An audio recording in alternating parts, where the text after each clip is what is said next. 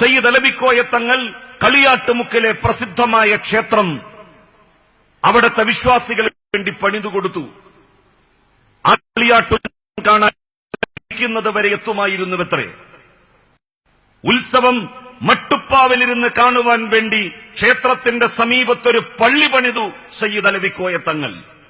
അതിന്റെ മട്ടുപ്പാവിലിരുന്ന് കളിയാട്ടുത്സവം കണ്ട് തിരിച്ചു പോകുമായിരുന്ന മമ്പുറം സയ്യിദ് അലവിക്കോയ തങ്ങൾ മരണപ്പെട്ടപ്പോൾ ഓല കൊണ്ട് കുതിരയുണ്ടാക്കി കളിയാട്ടുത്സവത്തിന് പിന്നീട് പോകുന്ന ഹിന്ദുമത വിശ്വാസികൾ ക്ഷേത്രത്തിലേക്ക് പോകുന്നതിന് മുൻപ് മമ്പുറം തങ്ങളുടെ മക്കാമിൽ പോയി, ശവകുടീരത്തിൽ പോയി സമ്മതം ചോദിച്ച് അവിടെ കാണിക്കയർപ്പിച്ചതിന് ശേഷമാണ് ക്ഷേത്രത്തിലേക്ക് പോകാറുള്ളത്. ഇന്നും ആ പതിവ് തുടർന്നുകൊണ്ടിരിക്കുന്നു. സൗഹൃദത്തിന്റെയും സ്നേഹത്തിന്റെയും ഈ തലങ്ങളെ ഇല്ലാതാക്കാൻ ശ്രമിക്കുന്നവരെ നമ്മൾ സമൂഹത്തിൽ നിന്ന് ഒറ്റപ്പെടുത്തണം. അവർ മതത്തിന്റെ യഥാർത്ഥ അന്തസ്സത്ത ഉൾക്കൊള്ളുന്നവരല്ല. ഒരു മതവും ലോകത്ത് കലാപമുണ്ടാക്കാനോ സംഘർഷമുണ്ടാക്കാനോ ആരോടും പറഞ്ഞതായി നമുക്ക് കേട്ടുകേൾവിയില്ല. എന്തിനാണ് പരസ്പരം അകന്നു നിൽക്കുന്നതും ജീവിക്കുന്നതും? നമ്മൾ എത്ര അടുത്ത് കഴിഞ്ഞവരാണ്. നമ്മളുടെ വികാരങ്ങൾ തമ്മിൽ, വിചാരങ്ങൾ തമ്മിൽ, ദുഃഖങ്ങൾ തമ്മിൽ എന്തു വ്യത്യാസം? ലോകത്തൊരുപാട് മതങ്ങൾ ഉണ്ടാകണമെന്ന് ദൈവം തീരുമാനിച്ചു. അതനുസരിച്ച് വിശ്വാസങ്ങൾ ഉണ്ടായി. നമ്മൾ വ്യത്യസ്ത വിശ്വാസധാരകളെ പുൽകിയവരായി. അത് നമ്മളുടെ കുറ്റമല്ല. ലോകത്തെത്രയോ വൈവിധ്യങ്ങൾ നിലനിൽക്കുന്നു. ആ വൈവിധ്യങ്ങൾക്ക് സമാനമാണ് ഇത് എന്ന് മനസ്സിലാക്കാൻ നമുക്കാവണം, നമുക്ക് കഴിയണം. ലോകത്തിന്റെ ഏത് ദിക്കിലും ഏത് ദേശത്തും മതങ്ങൾ ജനങ്ങളെ അസ്വസ്ഥമാക്കാൻ പാടില്ല. അത് മനുഷ്യന് സ്വസ്ഥതയാണ് പ്രദാനം ചെയ്യേണ്ടത്. ജനങ്ങളെ അകറ്റാനുള്ളതല്ല വിശ്വാസം, അടുപ്പിക്കുവാനുള്ളതാണ്.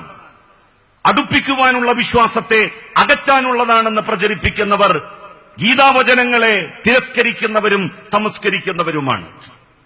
മുഹമ്മദ് നബിയുടെ ജീവിതത്തിലെ ഒരു കഥാപാത്രമുണ്ട്, അബൂ താലിബ് എന്നാണ് ചരിത്രത്തിൽ ആ കഥാപാത്രം അറിയപ്പെടുന്നത്. He was not a Muslim. അദ്ദേഹം ഒരു മുസ്ലിം ആയിരുന്നില്ല. അറേബ്യയിലെ പരമ്പരാഗതമായ മതത്തിൽ വിശ്വസിച്ചിരുന്നയാളായിരുന്നു അബൂ താലിബ്. പക്ഷേ മുഹമ്മദ് നബി ഒരു പുതിയ സന്ദേശവും കൊണ്ടുവന്നപ്പോൾ അദ്ദേഹത്തിന് പ്രവർത്തിക്കുവാനുള്ള എല്ലാ സ്വാതന്ത്ര്യങ്ങളും അദ്ദേഹം അനുവദിച്ചു കൊടുത്തു. പലരും അദ്ദേഹത്തെ അതിക്രമിക്കാൻ വേണ്ടി വന്നപ്പോൾ അബൂ താലിബ് പ്രതിരോധത്തിന്റെ കവചം തീർത്തു. അബൂ താലിബ് മരിക്കുന്നതുവരെ മുഹമ്മദ് നബിയുടെ മതത്തിൽ സ്വീകരിച്ചിരുന്നില്ല. അദ്ദേഹത്തിന്റെ മതക്കാരൻ ആയതുമില്ല. അങ്ങനെയുള്ള അബൂ താലിബുമാരാണ് ഈ രാജ്യത്ത് ഇതര മതസ്ഥർ, വിശിഷ്യ ഇന്ത്യയിലെ മഹാഭൂരിപക്ഷം വരുന്ന ഹിന്ദുമത വിശ്വാസികൾ എന്നുള്ളത് ഈ രാജ്യത്തുള്ള മുസ്ലിങ്ങൾ അനുഭവങ്ങളിലൂടെ പഠിച്ചിട്ടുള്ളവരാണ്. ഇസ്ലാം ഇന്ത്യയിലേക്ക് വന്നപ്പോൾ അതിനെ ആട്ടിപ്പുറത്താക്കാനല്ല ഇവിടുത്തെ ഹിന്ദുമത വിശ്വാസികൾ തുനിഞ്ഞതും മുതിർന്നതും. അവർ ഇസ്ലാമിനെ ഇവിടെ നിൽക്കുവാനുള്ള സാഹചര്യങ്ങൾ ഒരുക്കിക്കൊടുക്കുന്നതിന് വേണ്ടിയാണ് ശ്രമിച്ചത്. ആ ശ്രമത്തിന്റെ ഫലമായിരുന്നു യഥാർത്ഥത്തിൽ വിവിധ മതങ്ങൾ ഈ രാജ്യത്തുണ്ടായതും പ്രചരിച്ചതും എല്ലാം.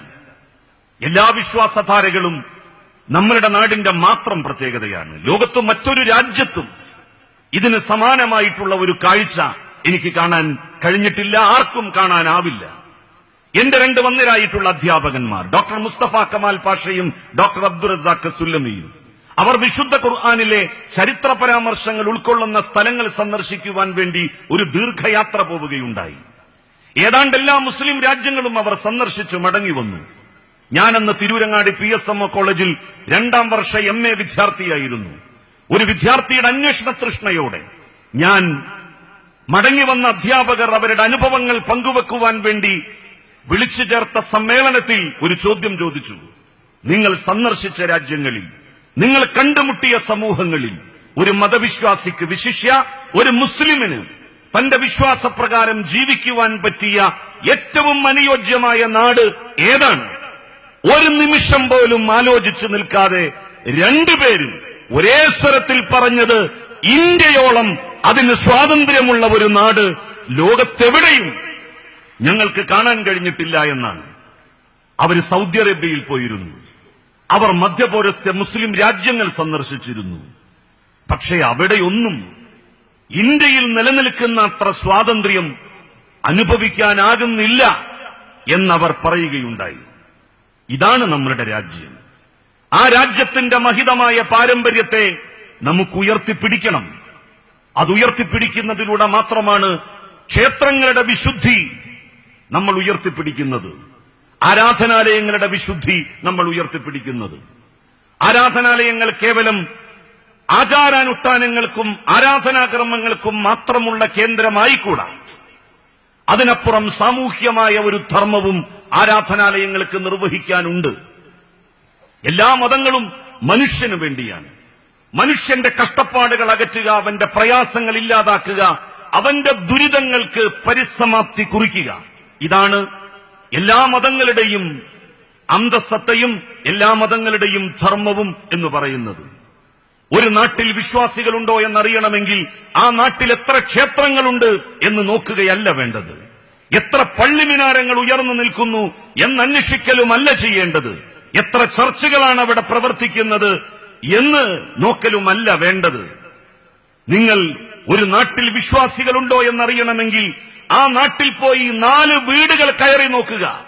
പട്ടിണി കിടക്കുന്ന ഒരു മനുഷ്യനെ നിങ്ങൾക്ക് ഏതെങ്കിലും ഒരു വീട്ടിൽ കാണാൻ കഴിഞ്ഞാൽ നിങ്ങൾക്കുറപ്പിക്കാം അവിടെ മതവിശ്വാസികളില്ല എന്ന്.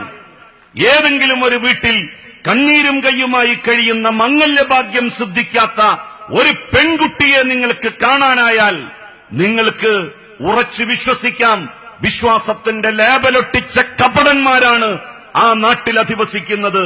യഥാർത്ഥ വിശ്വാസികൾ ആ രാജ്യത്തിലോ ദേശത്തോ ഇല്ല എന്ന്.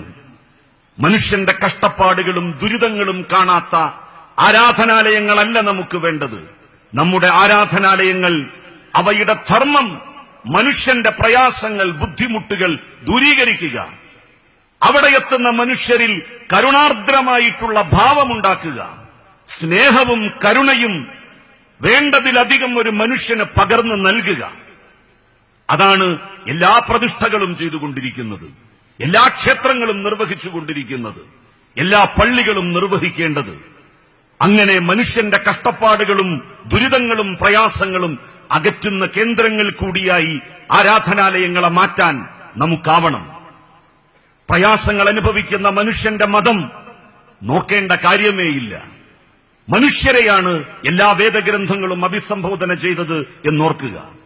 ഇവിടെ ഇന്ന് ഈ സാംസ്കാരിക പരിപാടിക്ക് ശേഷം കുച്ചിപ്പുടിയുടെ അതിമനോഹരമായിട്ടുള്ള ആവിഷ്കാരവും കൂടി നടക്കുന്നുണ്ട്.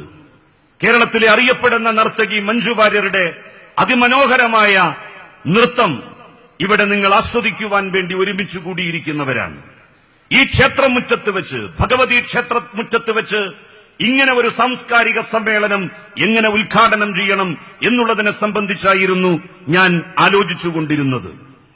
കുരുക്ഷേത്രയങ്കണത്തിൽ ഭഗവാൻ ശ്രീകൃഷ്ണൻ അർജുനന് നൽകുന്ന സാരോപദേശം എല്ലാ ധർമാധർമ്മ സംഘർഷങ്ങളിലും സംഘട്ടനങ്ങളിലും സത്യാസത്യങ്ങളുടെ ഏറ്റുമുട്ടലുകളിലും സത്യത്തിന്റെ വിജയം പുനഃസ്ഥാപിക്കുവാൻ വേണ്ടി അവതാരങ്ങൾ അവതരിച്ചുകൊണ്ടേയിരിക്കും. മഹാമനീഷികൾ, നവോത്ഥാന നായകർ, പരിഷ്കർത്താക്കൾ അവർ വന്നുകൊണ്ടേയിരിക്കും. അത്തരമൊരു വാചകം ഭഗവത്ഗീതയിൽ നിന്ന് ഉദ്ധരിച്ചുകൊണ്ട് ഈ സാംസ്കാരിക സമ്മേളനം ഉദ്ഘാടനം ചെയ്യുവാനാണ് ഞാൻ ആഗ്രഹിക്കുന്നത്.